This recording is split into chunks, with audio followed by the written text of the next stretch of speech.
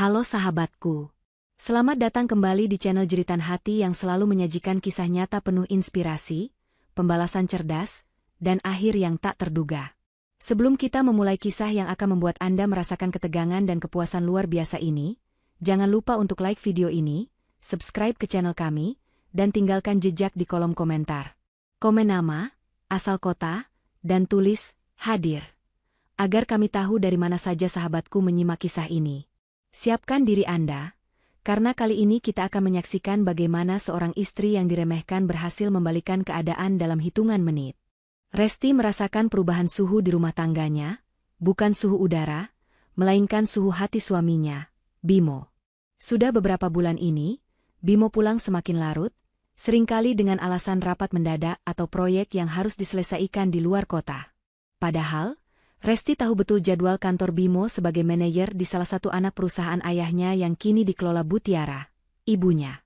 Kejanggalan itu semakin kentara dari tatapan mata Bimo yang menghindari tatapannya, juga dari ponselnya yang selalu menempel di tangan dan dijaga lebih ketat daripada brankas bank.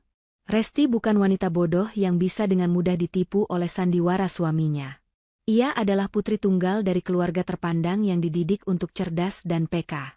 Ia memilih diam, mengamati gerak-gerik Bimo, membiarkan suaminya merasa aman dalam kebohongannya. Resti tidak ingin membuat drama yang tidak perlu, ia memilih untuk mengumpulkan bukti dan merancang langkah yang cerdas. Mengikuti nasihat yang selalu ditekankan oleh Bu Tiara, ibunya, jangan pernah melawan badai dengan emosi, nak. Lawanlah dengan strategi. Suatu sore, saat Bimo sedang mandi, Resti mengambil kesempatan untuk melihat notifikasi yang sekilas muncul di layar ponsel suaminya yang tidak terkunci sempurna. Hanya sekilas pandang, namun itu sudah cukup. Nama seorang wanita, Elsa, dengan pesan mesra yang terkirim beberapa menit lalu. Jantung Resti berdebar, bukan karena patah hati, melainkan karena konfirmasi. Rasa sakit itu seketika berubah menjadi tekad baja. Resti menutup kembali ponsel itu dengan sempurna, seolah tidak terjadi apa-apa, lalu ia tersenyum tipis. Sandiwara dimulai. Malam itu juga, Resti menelepon Bu Tiara. Resti berbicara dengan kode, menceritakan kecurigaannya tanpa menyebutkan nama Bimo. Bu Tiara mendengarkan dengan seksama, nada suaranya selalu tenang, seolah masalah sebesar apapun adalah hal kecil yang bisa diselesaikan sambil menyesap teh sore. Bu Tiara tidak kaget, justru ia sudah menduga hal ini akan terjadi. Sejak awal, Bu Tiara sudah melihat gelagat tidak baik dari Bimo, pria yang hanya memiliki ambisi tinggi tanpa dasar moral yang kuat. Namun tetap ia izinkan menikahi Resti karena permintaan suaminya saat itu. Resti dan Bu Tiara menyusun strategi. Rencana mereka adalah pengamanan aset total. Sejak awal pernikahan, rumah mewah yang mereka tempati, termasuk mobil-mobil mewah di garasi, sebagian besar dibeli oleh Bu Tiara atas nama Bimo demi menjaga harga diri suaminya di mata keluarga dan relasi. Namun, beberapa tahun belakangan, Bu Tiara secara bertahap telah memindahkan semua sertifikat properti dan dokumen kendaraan ke atas nama Resti, tanpa sepengetahuan Bimo yang terlalu sibuk dengan ilusi kekuasaannya. Bu Tiara tahu, harta yang ia berikan adalah alat untuk menguji karakter menantunya, dan kini, alat itu akan digunakan sebagai senjata pamungkas. Bu Tiara memberikan instruksi penting. Resti harus segera memblokir semua akses Bimo ke rekening bersama, dan yang paling krusial, Resti harus memastikan dokumen sertifikat rumah dan surat cerai yang akan dilemparkan Bimo berada di tempat yang mudah dijangkau, namun tidak disadari keberadaannya.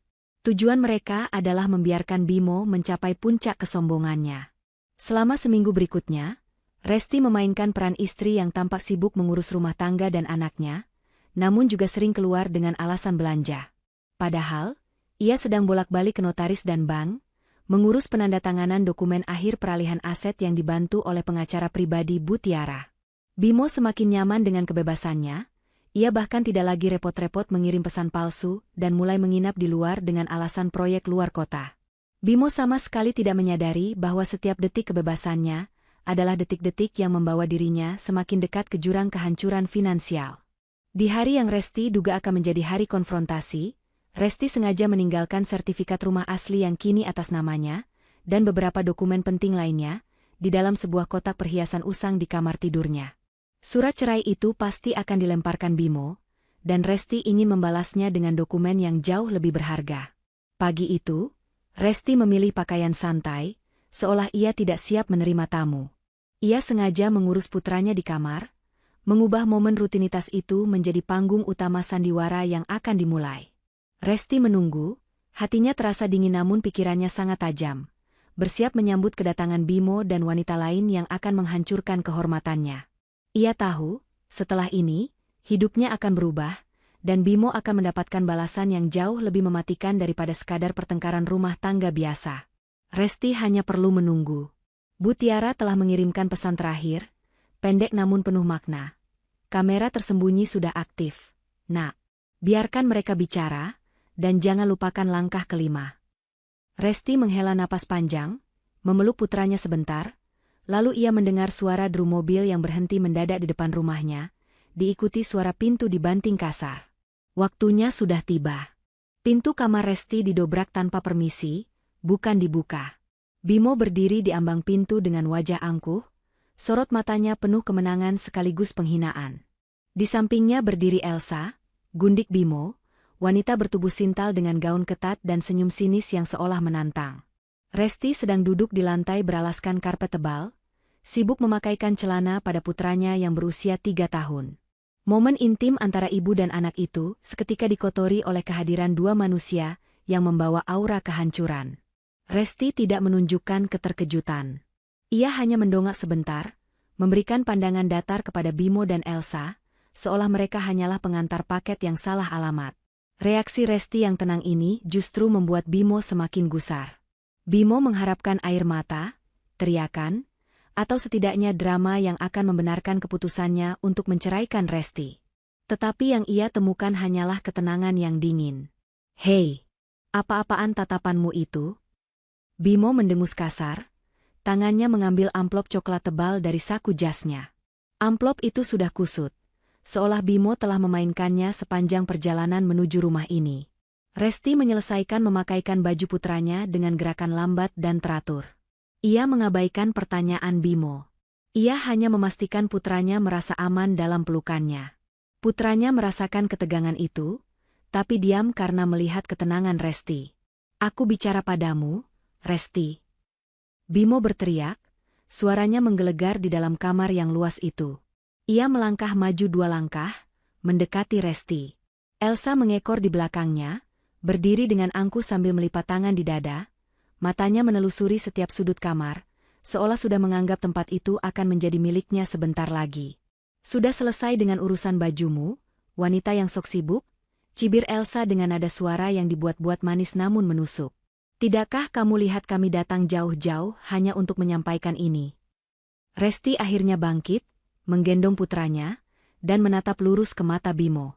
"Aku sibuk mengurus anakku, Bimo. Bukankah mengurus anak adalah tugas yang selalu kamu sebut sia-sia, dan tidak menghasilkan uang itu?" Resti berbicara dengan suara pelan dan terkontrol. Mendengar kata-kata Resti, Bimo semakin marah. Ia merasa direndahkan. Harga dirinya sebagai pria yang merasa sudah mencapai puncak karir, padahal semua berkat koneksi Bu Tiara, ibunya Resti, terluka. "Omong kosong. Aku tidak punya waktu untuk drama murahanmu ini." Bimo lantas melemparkan amplop coklat itu tepat ke wajah Resti. Amplop itu meluncur dan jatuh di karpet di antara kaki Resti.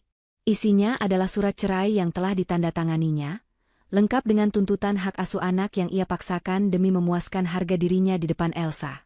"Itu," kata Bimo sambil menunjuk amplop di lantai dengan ujung kakinya, "surat yang kau tunggu-tunggu.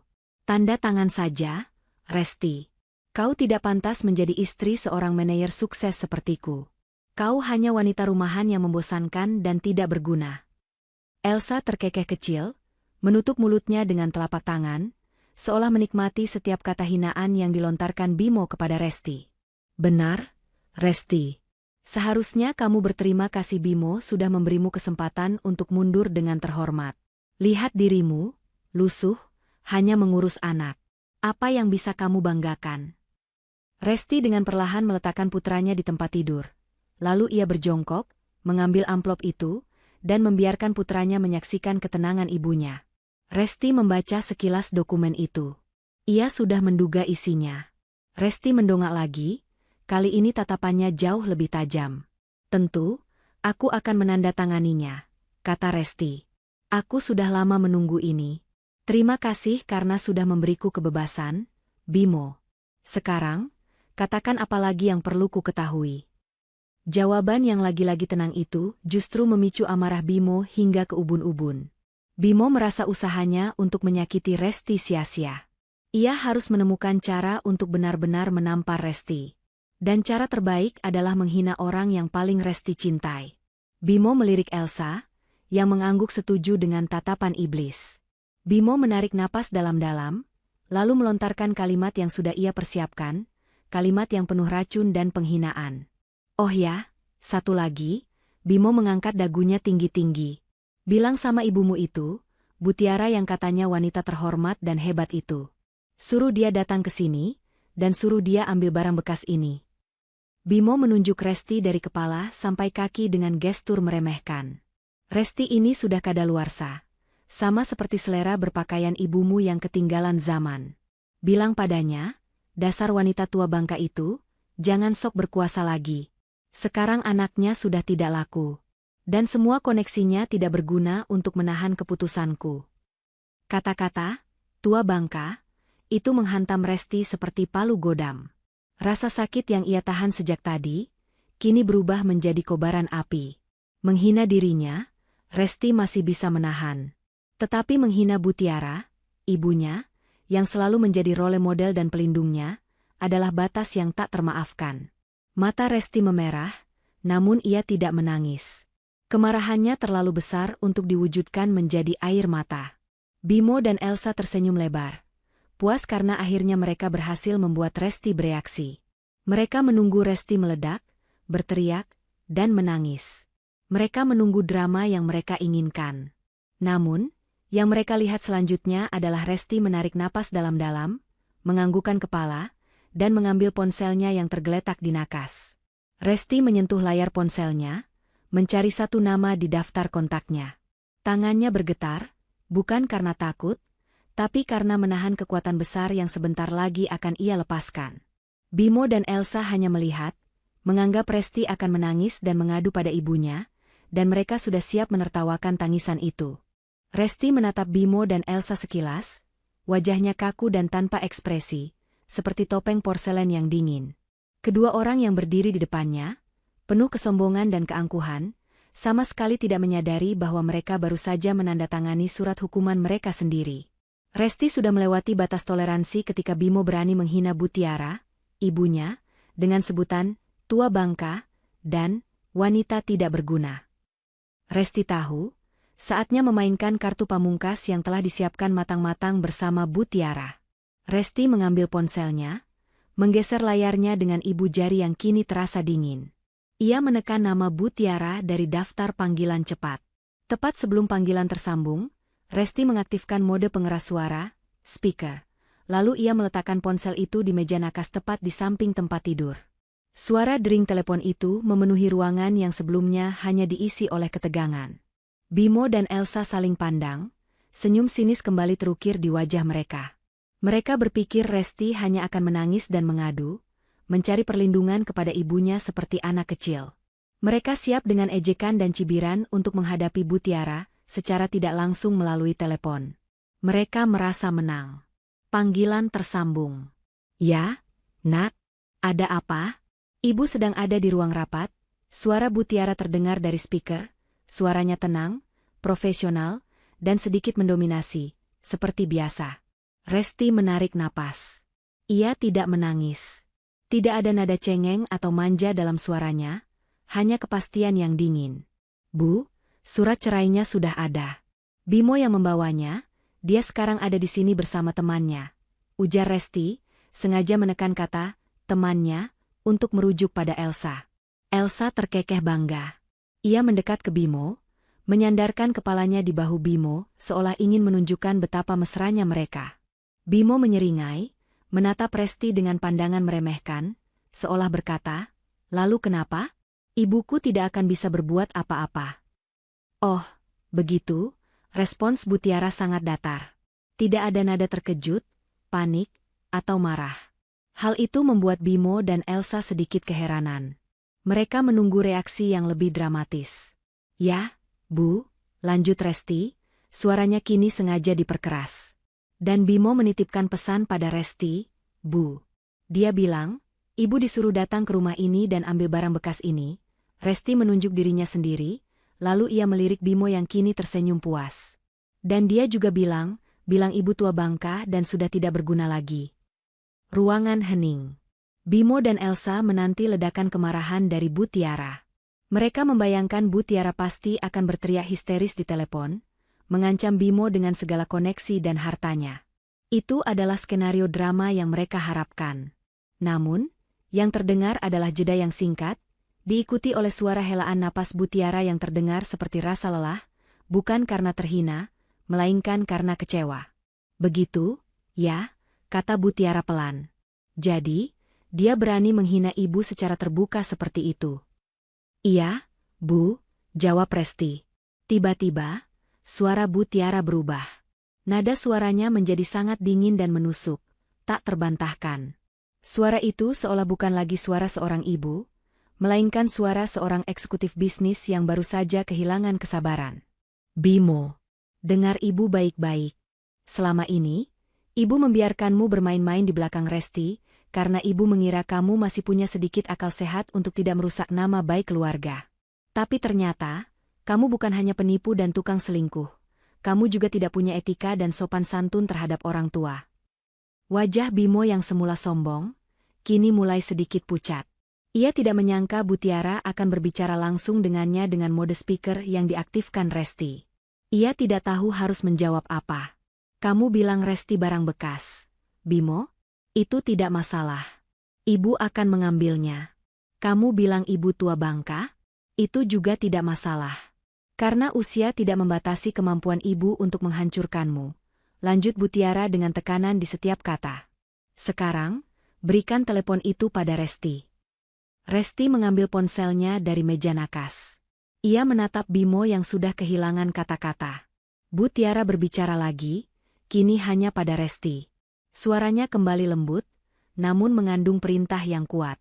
"Resti, kamu sudah mendengar semuanya. Kamu sudah mendengar betapa rendahnya penilaian Bimo terhadapmu dan terhadap ibu. Jangan buang waktu lagi, Nak. Lakukan saja langkah yang sudah kita siapkan. Ibu tidak perlu menemuimu sekarang, karena ibu lebih sibuk mengurus penggantianmu di kantor. Sekarang, hentikan panggilan ini dan jalankan rencanamu. Ibu akan segera mengirimkan konfirmasi terakhir." Resti mengangguk, meskipun Bu Tiara tidak bisa melihatnya. "Baik, Bu. Aku mengerti. Terima kasih."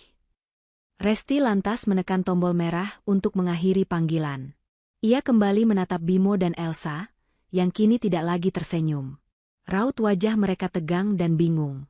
Mereka merasa seperti baru saja diinterogasi oleh atasan tertinggi, bukan hanya ditelepon oleh seorang mertua yang seharusnya menangis.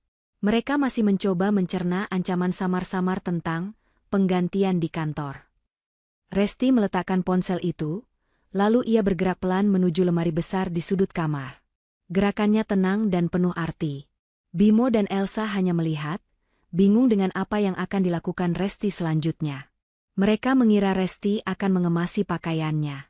Namun, Resti tidak mengambil pakaian. Resti mengambil sebuah kotak perhiasan kayu yang sudah usang, kotak yang dulu selalu Bimo tertawakan karena dianggap Resti tidak punya selera perhiasan modern. Kotak itu adalah tempat Resti menyimpan dokumen-dokumen berharganya. Resti kembali ke tengah ruangan, kotak itu digenggam erat di tangannya.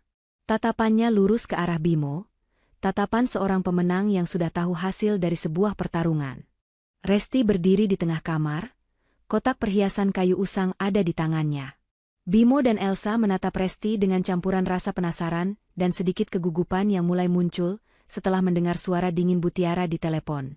Mereka tidak mengerti mengapa Resti tidak segera menangis, mengamuk, atau paling tidak, segera pergi. "Apa itu?"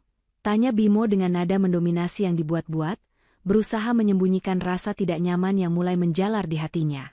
"Mau menunjukkan perhiasan kuno ibumu yang kau simpan itu?" "Sudahlah, Resti. Aku sudah muak dengan barang-barang lama dan membosankan." Elsa tertawa kecil, menertawakan kotak kayu yang memang terlihat tua dan tidak berharga di mata mereka. Mungkin dia mau menjualnya untuk membayar pengacara murahan. Bim, cibir Elsa, berusaha membuat Bimo kembali yakin bahwa mereka berada di atas angin. Resti tidak menanggapi ucapan mereka.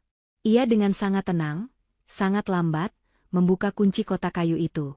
Resti tidak mengeluarkan perhiasan. Tangannya merogoh ke dalam kotak dan mengeluarkan 2 lembar dokumen tebal yang dijepit menjadi satu. Dokumen yang sudah lama ia tanda tangani dan kini hanya menunggu waktu yang tepat untuk diperlihatkan. Dokumen itu tampak resmi, dengan stempel notaris yang besar. Resti memegang dokumen itu di udara, di hadapan Bimo dan Elsa.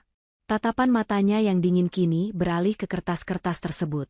"Kalian datang ke sini dengan tujuan ganda, bukan?" tanya Resti, suaranya tenang, seperti seorang guru yang menguji muridnya.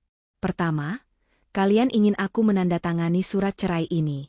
Dan kedua, kalian ingin menghinaku dan ibu dengan menyebut kami, barang bekas, dan tua bangka.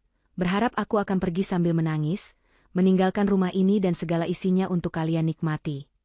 Bimo mendengus. "Tepat sekali. Itu namanya realitas, Resti. Kau harus tahu tempatmu. Rumah ini, yah, selama ini memang atas namaku, jadi wajar aku akan tinggal.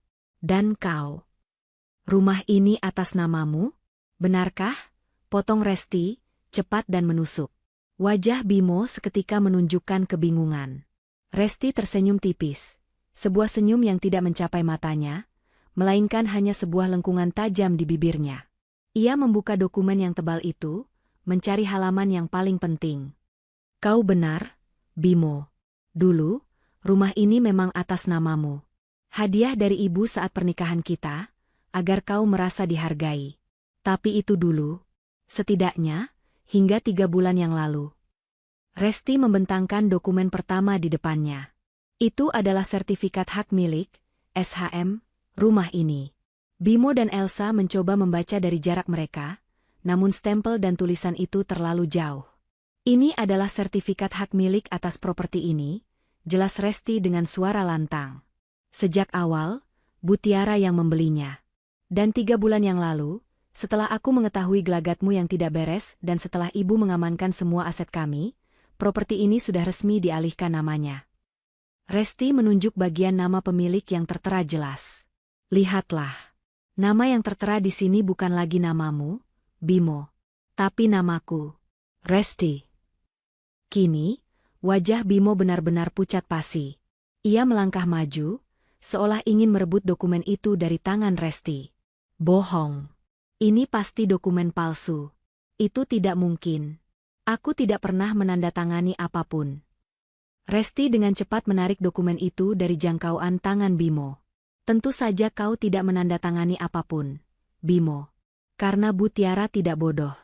Semua dokumen itu diproses melalui jalur hukum yang sah, menggunakan dasar-dasar hukum yang sudah diatur sejak awal perjanjian beli jual properti ini.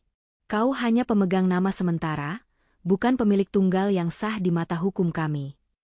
Elsa yang sedari tadi diam, kini mulai panik. "Bim, apa-apaan ini? Bagaimana bisa? Jangan bercanda, Resti." Resti mengabaikan Elsa. Ia kemudian menunjukkan dokumen kedua, yang lebih tipis. Dokumen kedua ini adalah surat kuasa penuh dariku, sebagai pemilik sah properti ini, yang memberi wewenang penuh kepada pengacara untuk mengambil tindakan hukum secara langsung jika diperlukan.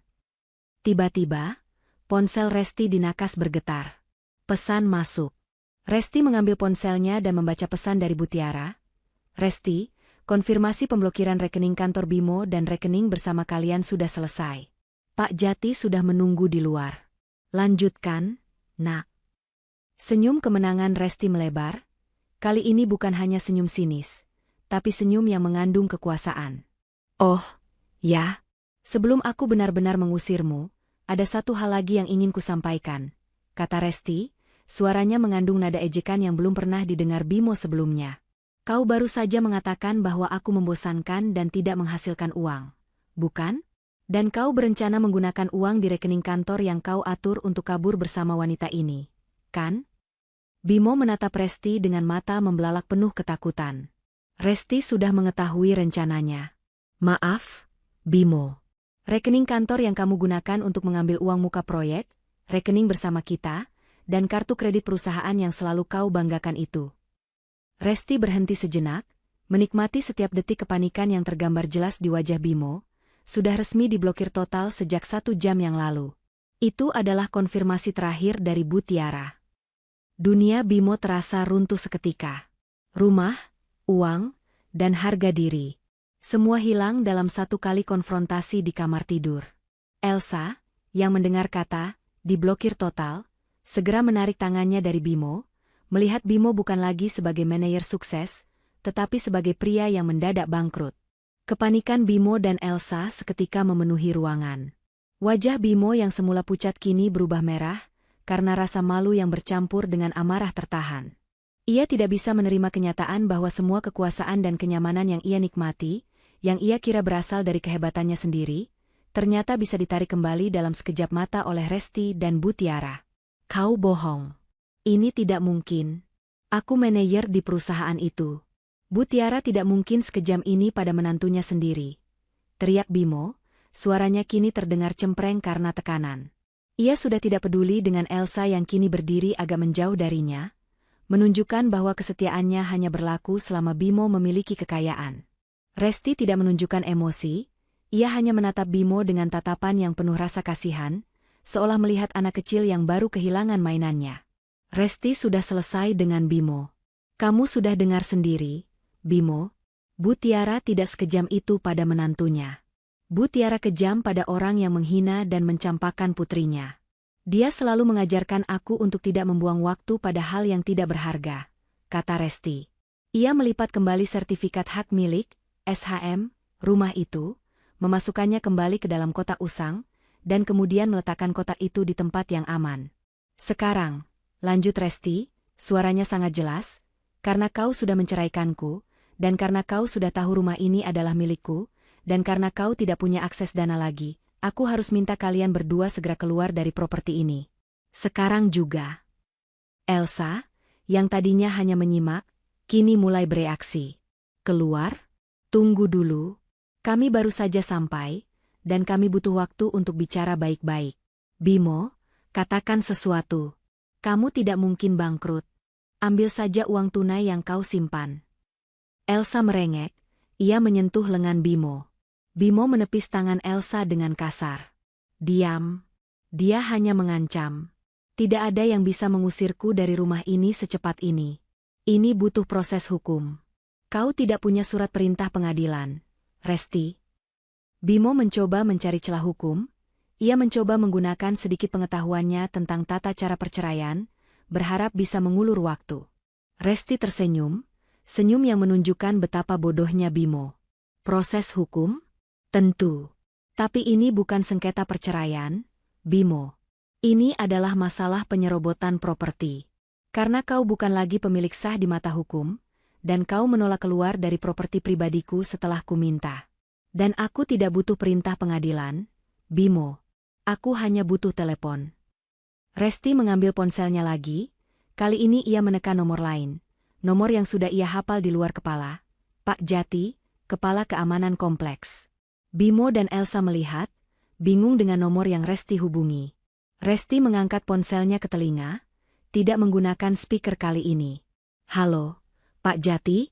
Ya, ini Resti. Saya di rumah. Saya butuh bantuan Anda dan tim Anda untuk mengeluarkan 2 orang penyusup dari rumah saya. Mereka menolak meninggalkan properti pribadi saya setelah saya beri peringatan. Salah satunya adalah mantan suami saya. Mereka tidak punya hak untuk berada di sini. Tolong segera datang. 5 menit, ya, Pak. Terima kasih. Resti menutup telepon. Ia menatap Bimo dan Elsa. Wajahnya tenang, seolah ia baru saja memesan makanan. 5 menit, Bimo, kata Resti. Itu waktu yang diberikan Pak Jati dan tim keamanannya untuk sampai di sini. Pak Jati adalah orang kepercayaan Bu Tiara yang sudah mengurus keamanan kompleks ini selama 20 tahun. Dia tidak akan bertanya 2 kali tentang perintah dari keluarga kami. Kepala Bimo berputar mencari jalan keluar. Ia melihat ke jendela, tidak ada jalan lain. Ia melihat ke pintu, Ia yakin pintu itu akan segera dibanjiri oleh tim keamanan. Ia mencoba merogoh saku celananya untuk mencari kunci mobil. Tapi ia ingat mobil mewah yang ia gunakan adalah mobil kantor yang kini sudah diblokir aksesnya. Resti, kau tidak bisa melakukan ini. Aku ayah dari anakmu. Aku minta waktu bicara baik-baik. Bimo kini mulai memohon, nadanya berubah 180 derajat. Terlambat, Bimo, potong Resti. Kesempatan untuk bicara baik-baik sudah kau buang saat kau melempar surat cerai dan menghina ibu.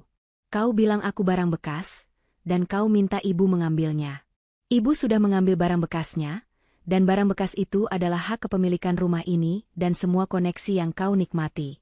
Yang tersisa untukmu hanyalah surat cerai yang kau bawa, dan wanita ini. Resti melirik sinis ke arah Elsa. Elsa, melihat situasi sudah tidak bisa dipertahankan, segera melangkah mundur, mengambil tas kecilnya. Bim, aku rasa kita harus pergi. Kita bisa selesaikan ini di luar. Jangan buat keributan. Aku tidak mau namaku ikut terseret. Elsa yang tadinya angkuh, kini hanya ingin menyelamatkan dirinya sendiri. Bimo terperangah melihat Elsa meninggalkannya begitu saja, bahkan sebelum tim keamanan tiba. Resti hanya melihat drama mereka dengan dingin, menikmati konsekuensi alami dari pengkhianatan yang berujung pada keegoisan.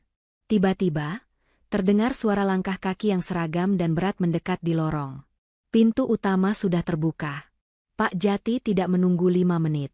Ia sudah ada di sana. Suara langkah kaki yang mantap dan teratur itu semakin mendekat, berasal dari lorong lantai bawah menuju kamar utama di lantai atas. Bimo seketika tahu bahwa ancaman Resti bukanlah gertakan kosong. Ia mengenal Pak Jati, kepala keamanan kompleks yang sangat loyal pada keluarga Butiara. Wajah Bimo berubah sepenuhnya menjadi ekspresi ketakutan yang mendalam. Semua rencana dan kesombongannya kini hancur berkeping-keping. Elsa sudah bergerak cepat. Melihat Bimo tidak lagi berguna dan tim keamanan sudah mendekat, Elsa segera membuka pintu kamar dan mencoba melarikan diri sebelum ia terjebak di tengah situasi yang memalukan itu. Elsa berlari menuruni tangga, berusaha seolah-olah ia tidak ada hubungannya dengan keributan di kamar utama. Namun, tepat di kaki tangga, Elsa terhenti. 2 petugas keamanan bertubuh besar sudah berdiri siaga di sana, dipimpin oleh Pak Jati yang berdiri dengan postur tegas, mengenakan seragam keamanannya yang rapi. Pak Jati menatap Elsa dengan pandangan dingin. Maaf, Nona. Anda tidak diizinkan meninggalkan properti ini sebelum bertemu Nyonya Resti di atas, kata Pak Jati dengan suara berat dan tanpa basa-basi. Elsa panik. Tapi saya bukan penyusup. Saya hanya tamu. Saya tidak tahu apa-apa. Rengek Elsa, mencoba berakting polos. Sementara itu, di lantai atas, Bimo terhuyung mundur. Ia mencoba bersembunyi di balik sofa, mencari tempat berlindung dari Resti yang kini tampak seperti ratu es yang berkuasa penuh. Bimo, jangan bertingkah konyol. Anggota keamanan sudah datang, kata Resti, suaranya tenang, namun mengandung otoritas. Bimo akhirnya keluar dari balik sofa. Ia menghampiri Resti, kali ini dengan nada memohon yang sangat rendah. Resti, dengarkan aku. Kumohon. Jangan lakukan ini. Kita bisa selesaikan di sini, berdua. Aku akan mencabut surat cerai itu. Aku janji akan meninggalkan Elsa. Tolong, jangan permalukan aku di depan Pak Jati dan yang lain. Ini akan merusak reputasiku. Resti mengangkat tangannya, menghentikan ucapan Bimo. Reputasi? Reputasimu sudah hancur. Bimo, saat kau memilih untuk mengkhianatiku dan menghina ibu, kau tidak lagi berhak atas belas kasihan. Saat itu, Pak Jati dan 2 petugas lainnya sudah sampai di ambang pintu kamar. Mereka berdiri tegak, menunggu perintah. Mereka melihat Bimo, yang mereka kenal sebagai menantu dari atasan tertinggi mereka, namun mereka juga melihat Resti, nyonya besar mereka, yang kini memancarkan aura kekuasaan yang tak terbantahkan. Selamat siang, Nyonya Resti, sapa Pak Jati hormat. Kami sudah siap. Resti menggendong putranya, yang sedari tadi dia menyaksikan ketegangan itu, dan membawanya ke sisi yang aman. Resti menunjuk ke arah Bimo dan Elsa yang kini diseret oleh 2 petugas keamanan ke pintu kamar. Pak Jati, ujar Resti, suaranya lantang dan tanpa keraguan, 2 orang ini adalah penyusup. Mereka telah memasuki properti pribadi saya tanpa izin dan menolak untuk pergi. Mereka juga telah melakukan penghinaan terhadap keluarga saya. Saya minta Anda dan tim Anda segera mengeluarkan mereka dari rumah ini, saat ini juga, tanpa penundaan. Pak Jati mengangguk mantap. Siap, Nyonya. Laksanakan. Bimo meronta, mencoba melawan kedua petugas itu, namun tenaganya kalah. Tunggu. Aku akan menelepon Bu Tiara. Dia tidak akan mengizinkan ini. Aku menantunya. Ini rumahku. Kau bukan menantunya lagi, Bimo. Dan ini rumahku, tegas Resti. Resti kemudian memberikan instruksi tambahan yang menghancurkan sisa harapan Bimo. Setelah mereka dikeluarkan dari gerbang, saya minta Anda segera mengubah semua kunci, kode akses, dan sistem keamanan di properti ini. Tidak ada lagi akses yang diizinkan untuk Bapak Bimo. Semua barang pribadinya yang tertinggal di sini, silakan masukkan ke dalam beberapa kotak dan taruh di pos keamanan. Dia bisa mengambilnya nanti. Sekarang, segera keluarkan mereka. Bimo dipegang erat oleh kedua petugas itu. Ia diseret, wajahnya penuh amarah dan frustrasi. Ia mencoba meraih Resti, putranya, apapun, tapi petugas keamanan itu profesional dan kuat. Resti, kau akan menyesal. Aku tidak akan pernah memberimu kedamaian. Kau akan merindukan kemewahan ini, teriak Bimo saat ia diseret melewati pintu kamar. Elsa juga diseret, ia hanya bisa menatap Resti dengan kebencian dan keheranan. Elsa tidak pernah membayangkan akhir dari perselingkuhannya akan seburuk ini. Resti hanya berdiri diam, menyaksikan mereka diseret menuruni tangga. Ia melihat amplop surat cerai yang dilemparkan Bimo masih tergeletak di karpet. Resti berjongkok, mengambil surat cerai itu, lalu merobeknya menjadi serpihan kecil. Resti tidak perlu menandatanganinya. Perceraian itu sudah resmi terjadi di dalam hatinya, dan pembalasannya jauh lebih memuaskan daripada tanda tangan di atas kertas. Resti menutup matanya sebentar, menarik napas lega. Kedamaian kembali. Suara teriakan Bimo yang meminta belas kasihan dan sumpah serapah Elsa yang penuh kebencian semakin jauh, menghilang di telan koridor menuju pintu utama. Resti hanya mendengar langkah kaki Pak Jati dan timnya yang kini membawa dua orang yang dulunya adalah suaminya dan gundiknya keluar dari gerbang rumah.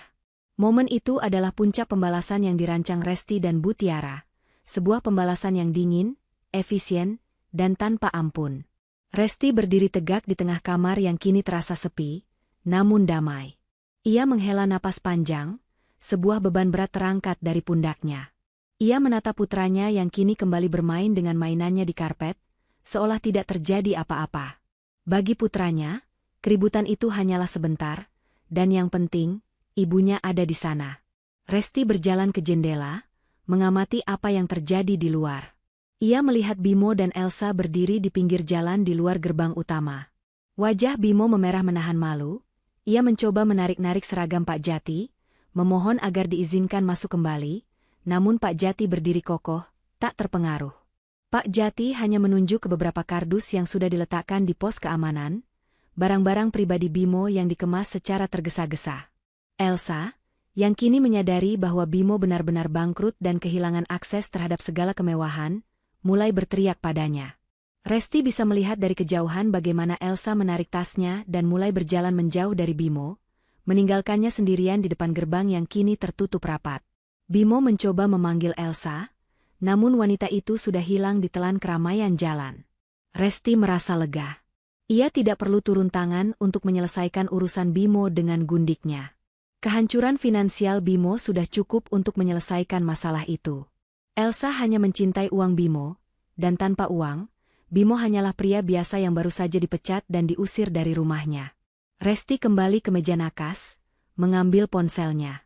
Ada beberapa panggilan tak terjawab dari nomor yang tidak ia kenal, kemungkinan besar dari Bimo yang mencoba meminjam ponsel satpam atau meminjam ponsel Elsa sebelum mereka berpisah.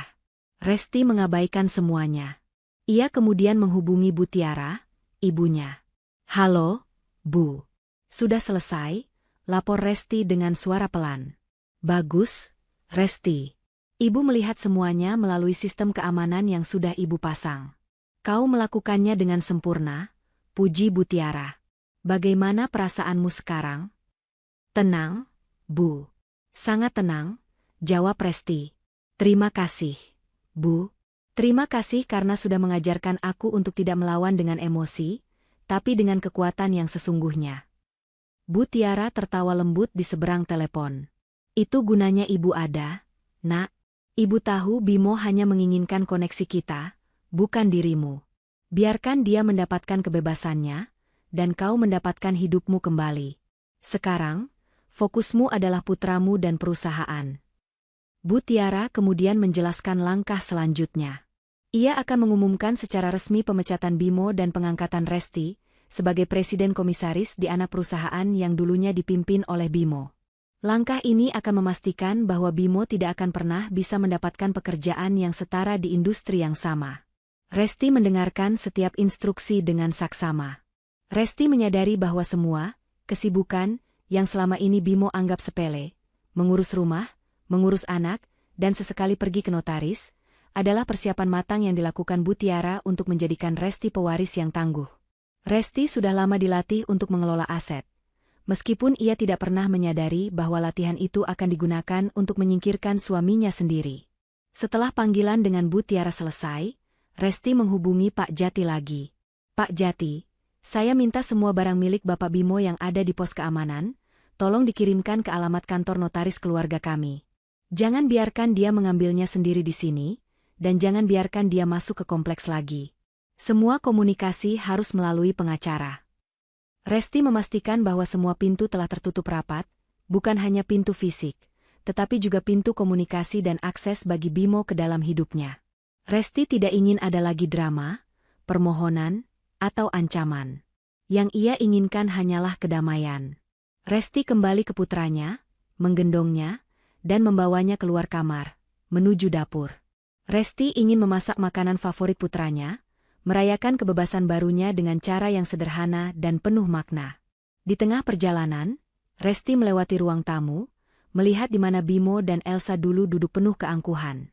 Kini, tempat itu kosong, bersih, dan hening. Resti merasa kekayaan sesungguhnya bukan lagi pada aset properti yang ia miliki, tetapi pada ketenangan batin yang ia dapatkan setelah membersihkan hidupnya dari racun pengkhianatan. Ia menutup pintu utama, menguncinya, dan memasukkan kunci baru yang diberikan Pak Jati ke dalam saku. Kunci itu bukan hanya kunci rumah, melainkan kunci menuju kehidupan barunya. Beberapa hari berlalu. Resti menjalani hari-harinya dengan ketenangan yang belum pernah ia rasakan selama bertahun-tahun pernikahan. Rumah itu kini terasa hangat, dipenuhi tawa putranya dan aura kedamaian. Di sisi lain, dunia luar mulai bereaksi terhadap badai yang diciptakan oleh Resti dan Bu Tiara. Pada hari pertama, Bimo mencoba segala cara untuk menghubungi Resti, memohon agar Resti mencabut perintah pengusiran. Ia menelepon nomor ponsel Resti berulang kali, mengirimkan pesan yang berisi ancaman dan permohonan yang campur aduk. Namun, Resti telah mengganti nomornya, dan semua komunikasi Bimo langsung diarahkan ke kantor pengacara keluarga. Bimo bahkan nekat kembali ke kompleks perumahan Resti, tetapi ia dihentikan dengan tegas di gerbang oleh Pak Jati dan timnya, yang kini menerapkan prosedur keamanan sangat ketat sesuai perintah Resti. Kepanikan Bimo mencapai puncaknya ketika ia mencoba mengakses rekeningnya. Semua rekening bersama telah diblokir, dan rekening gajinya dari perusahaan juga tidak bisa diakses. Ketika ia mendatangi kantor, ia dihentikan oleh petugas keamanan kantor dan disuruh kembali. Pada hari kedua, Bu Tiara mengambil tindakan resmi. Sebuah pengumuman pers dirilis oleh perusahaan keluarga. Pengumuman itu sangat singkat namun dampaknya sangat besar. Dinyatakan bahwa Bimo telah dipecat secara tidak hormat karena pelanggaran etika dan moral yang serius di luar batas perusahaan, dan bahwa Resti kini diangkat sebagai presiden komisaris yang baru untuk anak perusahaan yang semula dipimpin Bimo. Berita itu menyebar cepat di kalangan pebisnis dan sosialita. Para kolega dan kenalan Bimo yang semula menghormatinya, karena posisinya kini berbalik mencibir. Bimo yang awalnya dikenal sebagai manajer sukses dan menantu dari keluarga terpandang, kini dicap sebagai pria pengkhianat dan pecundang yang diusir dari rumahnya sendiri, bahkan dari karirnya. Tidak ada satupun perusahaan pesaing yang berani merekrutnya, karena mereka tahu bahwa Bimo kini adalah musuh dari Bu Tiara, wanita yang memegang kendali kuat di industri tersebut. Bimo kini benar-benar tidak punya apa-apa. Uang tunai yang ia simpan pun cepat habis untuk biaya hidup beberapa hari di hotel murahan, dan mencoba menyewa pengacara yang ternyata tidak mampu berbuat banyak melawan tim hukum Bu Tiara. Ia mencoba menghubungi Elsa, tetapi nomornya sudah diblokir. Elsa sudah menghilang, mencari mangsa baru yang lebih menjanjikan. Resti melihat semua berita itu dari layar ponselnya, tanpa perlu ikut campur dalam drama publik tersebut. Ia membiarkan kenyataan yang berbicara. Resti membiarkan Bimo merasakan bagaimana rasanya menjadi barang bekas yang tidak diinginkan oleh siapapun. Ia tahu, rasa sakit karena kehilangan kehormatan dan uang jauh lebih menyiksa bagi Bimo daripada sekadar kehilangan istri. Bu Tiara menelepon Resti untuk memberikan update terakhir. Resti, Bimo sudah mencoba menghubungi ibu 3 kali. Dia menangis dan memohon agar ibu memberinya kesempatan terakhir. Dia berjanji akan kembali padamu, ujar Bu Tiara. Lalu, apa kata ibu? Tanya Resti tenang, sambil membantu putranya merangkai balok kayu. Tentu saja ibu menolaknya. Ibu bilang, dulu kau bilang putriku barang bekas, Bimo. Dan kini, ibu tidak lagi menerima pengembalian barang. Kau dan istrimu sudah resmi bercerai, dan kau sudah dipecat. Kau sudah mendapatkan kebebasan yang kau inginkan, jadi nikmatilah, cerita Bu Tiara. Ibu ingin memastikan dia mengerti bahwa pintu itu sudah tertutup total. Resti tertawa kecil. Terima kasih, Bu. Itu jawaban terbaik yang pernah kudengar. Resti kemudian mulai fokus pada peran barunya sebagai presiden komisaris. Ia mengikuti rapat virtual dengan dewan direksi yang dipimpin oleh Bu Tiara. Resti menunjukkan kecerdasan dan ketegasannya dalam mengambil keputusan bisnis, membuktikan bahwa ia tidak hanya pandai mengurus rumah, tetapi juga mampu mengendalikan roda perusahaan. Bu Tiara tersenyum bangga, karena putrinya kini telah sepenuhnya menemukan potensi dirinya yang sesungguhnya, jauh dari bayang-bayang Bimo yang menghambat. Bimo, di sisi lain, ditemukan tidur di mobil bekas yang ia pinjam dari temannya. Semua aset yang ia banggakan telah disita oleh perusahaan sebagai ganti rugi atas penyalahgunaan dana yang ia lakukan. Ia tidak hanya kehilangan istri dan kekayaan, tetapi juga martabatnya. Ia mencoba menantang Resti melalui media sosial, namun segera dibungkam oleh tim hukum yang siap menuntutnya atas pencemaran nama baik. Bimo akhirnya menyadari, melawan keluarga Resti adalah kesalahan fatal yang tidak akan pernah bisa ia perbaiki. 2 minggu berlalu sejak Bimo diusir dari rumah dan dipecat dari pekerjaannya. Dari manajer sukses yang angkuh, Bimo kini menjadi pengangguran yang terlilit hutang dan terus-menerus dihadapkan pada kenyataan pahit bahwa tidak ada satupun koneksi bisnisnya yang mau membantunya. Reputasinya telah hancur sepenuhnya, dan ia mulai merasakan dinginnya hidup tanpa uang, tanpa rumah, dan tanpa dukungan siapapun. Bimo akhirnya menyadari bahwa satu-satunya jalan keluar dari keterpurukan total ini adalah kembali pada Resti dan memohon pengampunan dari Bu Tiara. Ia mengira jika ia berhasil mendapatkan Resti kembali, ia akan mendapatkan kembali semua kekayaan dan posisinya. Tentu saja, ia tidak tahu bahwa Resti kini jauh lebih kuat dan lebih jauh di luar jangkauannya. Bimo berhasil mendapatkan alamat kantor pengacara keluarga Resti setelah mengemis informasi dari mantan kolega yang bersimpati. Ia mendatangi kantor tersebut, berharap bisa bertemu dengan Resti atau paling tidak, memohon kepada pengacara untuk menyampaikan pesannya. Namun, ia hanya disambut oleh tim keamanan kantor yang ketat dan diarahkan untuk meninggalkan pesan tertulis yang segera ditolak oleh pengacara Resti. Resti, yang kini menghabiskan sebagian besar waktunya di kantor pusat perusahaan bersama Bu Tiara, mendapat laporan lengkap tentang upaya putus asa Bimo. Resti tidak merasa kasihan, hanya rasa muak. Suatu sore, saat Resti baru saja selesai dengan rapat dewan direksi yang sangat sukses, Bu Tiara menyarankan Resti untuk menghadapi Bimo sekali lagi, bukan untuk berbaikan, melainkan untuk memberikan penutup yang tegas dan final pada hubungan mereka. Bu Tiara mengatur agar Bimo bisa menunggu Resti di lobi kantor, dengan syarat ia tidak boleh membuat keributan. Resti setuju. Ia harus menutup babak ini dengan tangannya sendiri. Resti turun ke lobi kantor yang megah, ditemani oleh 2 asisten pribadinya dan seorang petugas keamanan. Resti melihat Bimo duduk di sofa sudut. Wajahnya terlihat kuyu, pakaiannya lusuh, dan matanya penuh keputusasaan. Jauh berbeda dari Bimo yang sombong yang melemparkan surat cerai ke wajahnya. Ketika Bimo melihat Resti, ia langsung berdiri. Bimo berjalan cepat menghampiri Resti, namun dihentikan oleh petugas keamanan. Resti, Resti, kumohon, dengarkan aku. Bimo memohon, suaranya parau. Resti menganggukkan kepala kepada petugas keamanan, memberi izin agar Bimo bisa bicara, namun tetap menjaga jarak aman. Resti menatapnya dengan tatapan kosong. Aku minta maaf, Resti. Aku menyesal. Aku menyesal sudah menghinamu dan ibu, kata Bimo, air mata mulai menggenang di matanya. Aku tidak tahu harus berbuat apa. Hidupku hancur. Resti, semua yang aku miliki hilang. Aku hanya ingin kita kembali. Aku janji akan menjadi suami yang lebih baik. Aku janji akan meninggalkan semua perbuatan burukku. Tolong, aku butuh bantuanmu dan ibu. Bimo mencoba meraih tangan Resti, namun Resti dengan cepat menarik tangannya dan mengambil langkah mundur. Kau menyesal, Bimo? Kau menyesal karena kehilangan aku, atau kau menyesal karena kehilangan uangku dan kekuasaan ibu? Tanya Resti, suaranya tenang dan tegas. Bimo tergagap.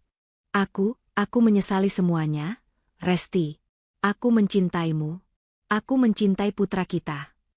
Resti tersenyum pahit. Jangan konyol, Bimo. Cinta? Kau tidak tahu apa itu cinta.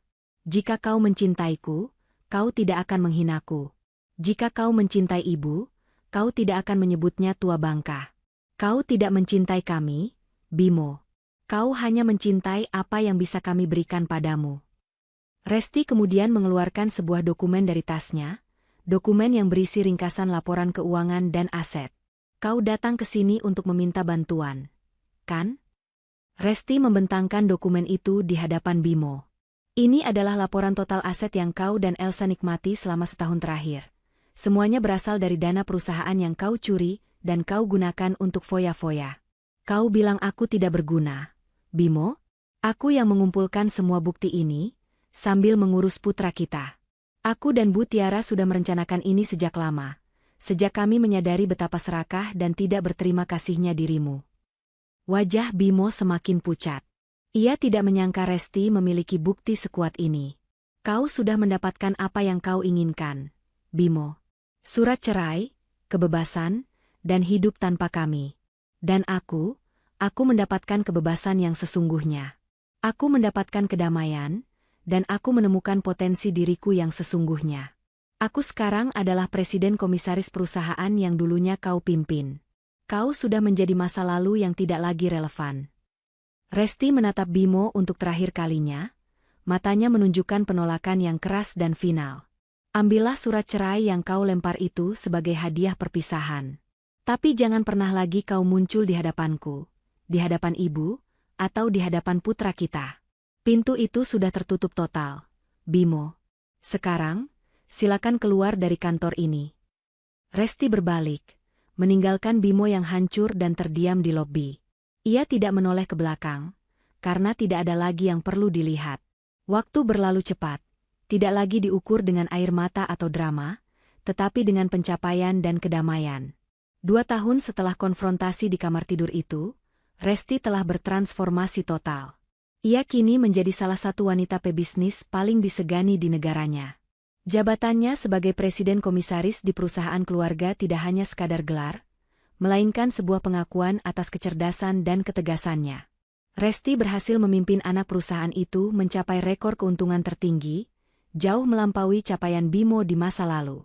Publik dan kolega bisnis kini melihat Resti sebagai ikon wanita kuat yang berhasil bangkit dari pengkhianatan dengan elegan. Resti berdiri di lantai teratas gedung kantornya, menatap cakrawala kota yang ramai. Di sampingnya, Bu Tiara berdiri dengan senyum bangga. Hubungan ibu dan anak ini semakin erat, dibangun di atas rasa hormat, kepercayaan, dan aliansi strategi yang tak tergoyahkan. Bu Tiara telah resmi menyerahkan kendali penuh atas perusahaan tersebut kepada Resti, yakin bahwa putrinya jauh lebih siap dan bijaksana dalam memimpin warisan keluarga.